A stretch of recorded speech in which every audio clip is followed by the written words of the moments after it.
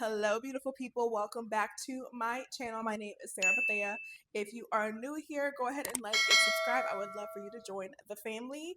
The reason why it's been a minute is because, y'all, I have just been navigating different seasons and it's just been a lot, okay? Like a lot of good, but like the Bible says, too much is given, much is required. And being a wife, it's cute, but bruh, I gotta cook, I gotta clean, I gotta do laundry, and then I'm running my business. I be tired. Okay. I hope you guys give me the grace and understand because I'm really trying to get back into the swing of things. And I missed you guys. So please let me know in the comments how you've been, what's going on in your life. What are you praying for? How can I stand in faith for you? Because I love it. And also, you guys, I did start a second page. I'm going to go ahead and link it down below, and I'm also going to put the YouTube channel here. This transition, I'm still going to be doing ministry on this page because it's my love, it's my passion. But for my kingdom entrepreneurs, if you are a woman who desires more, maybe you're stuck at that 9 to 5 and you're feeling unfulfilled, you've been wanting to go ahead and take your business to the next level. If you guys have watched my testimony on this page in regards to what God has done for me, in regards to my faith walk, giving God my yes, moving to Nashville, I think that's the most popular paid video on my channel, and just seeing God, once I said yes to the Lord, expand my territory. And one of those things was really tapping into business, entrepreneurship, finances. I'm really good at it, and the Lord has given me the grace and has blessed me tremendously to where I really want to share to teach you guys exactly how I've been able to change my life, how I've been able to get $15,000, $20,000, $30,000 sales. All glory goes to Jesus Christ. But if you know my testimony in regards to where I started, hello, evicted, lost everything, you would know how powerful and tremendous my testimony is. So for those of you who follow my new page, if you're wanting to learn in regards to business, maybe God has been really prompting you in regards to financial stewardship and you just want more, follow that channel because I get to get as technical and geeky and provide biblical wisdom in regards to how to build biblical wealth, because I believe as Christian women, we are not called to be broke and dusty. I believe favor and overflow is our portion. A lot of the times, the reason why you are not where you need to be is because you have not learned in regards to the knowledge that it takes. So follow that channel. I would really, really appreciate it. But, okay, segue. I think one of the things about marriage that I wish someone would have told me is you gotta cook for them every day. Okay, ain't nobody tell me. I think when you are single, you have girl dinners. I don't know if anyone else relates to girl dinners. Is like, I would have like a Lunchable. I could have sushi. I could really have cereal and call it a day. That was me. Okay. And I've been single for so long. I was single for 5 years before I got married. So it's girl dinners. Okay. Girl dinners was like, maybe sometimes I would meal prep whenever I was on my health kick, which that's restarting. But I just wasn't, now that I'm married, bruh, and they eat a lot. I'm having to create a routine in regards to, taking care of my household. I gotta cook. I have to clean. So work on your cleanliness if you're not already doing that, because if you're dirty and you get married, you're gonna have your mess and his mess. And personally, I'm a clean freak. I like my home to be, I can't think with clutter personally, but you also have to consider that.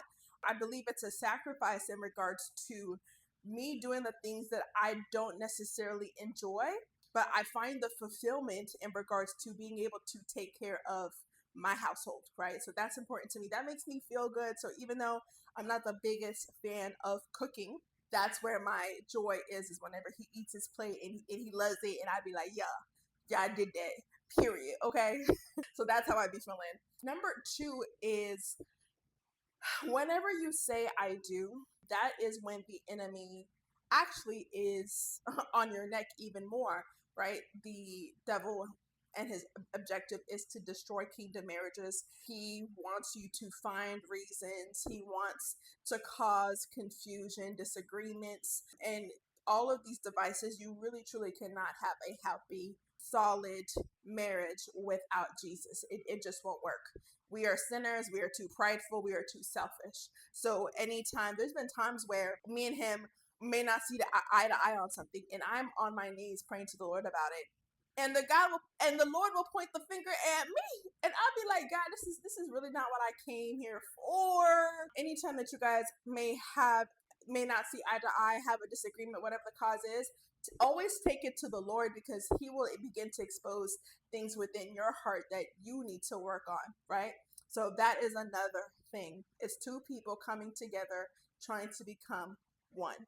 Number three, whatever you struggle with before marriage, just because you say I do, that doesn't make it go away. For instance, if you struggle with secret sin, let's say it's, you just drink a lot, you deal with lust, is it pornography, you're a liar, whatever your thing is, because I truly believe all of us have our own vices and issues, which is why we are giving our lives to the Lord and dying to our flesh.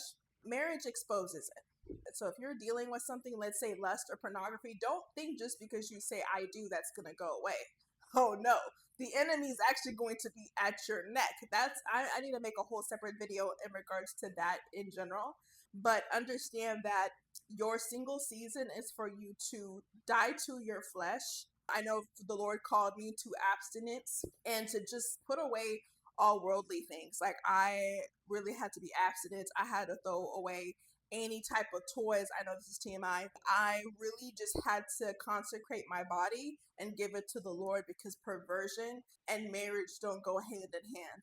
Because what happens is, when you let the spirit of perversion come in and you're dealing with all these things, when you are married, you find out, for instance, let's say it's sex. If you've been dabbling in lust and all these other things and toys and self-pleasure and all these things, when you start having sex with your spouse, the pleasure is different.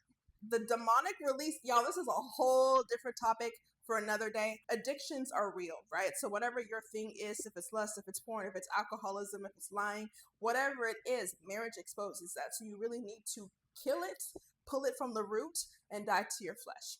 Number four, money.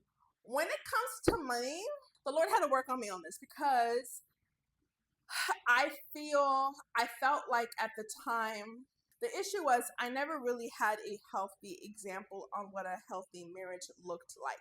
God sent people later on, but it was a lot of things where it's two people becoming one. So not only spiritually, not only physically, but even financially.